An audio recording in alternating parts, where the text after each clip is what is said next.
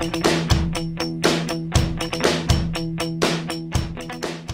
pessoal, eu sou a Giane do PET Ciência da Computação, eu estou no 6º semestre e hoje eu estou aqui para mostrar um pouquinho do nosso PET para vocês.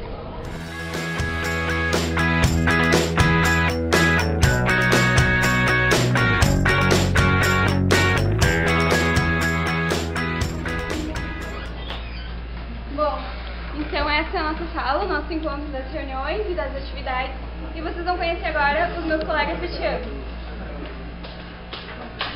Eu sou o Gabriel, do 4º semestre.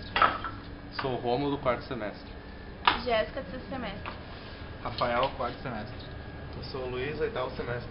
Lucas, 4º semestre. Thiago, 6º semestre. Ricardo, 4º semestre. Andreus, 4º semestre. Guilherme, 10º semestre. Lisa, 6º semestre.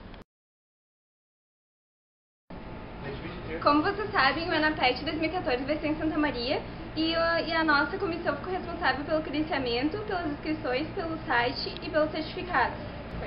Nós somos o PET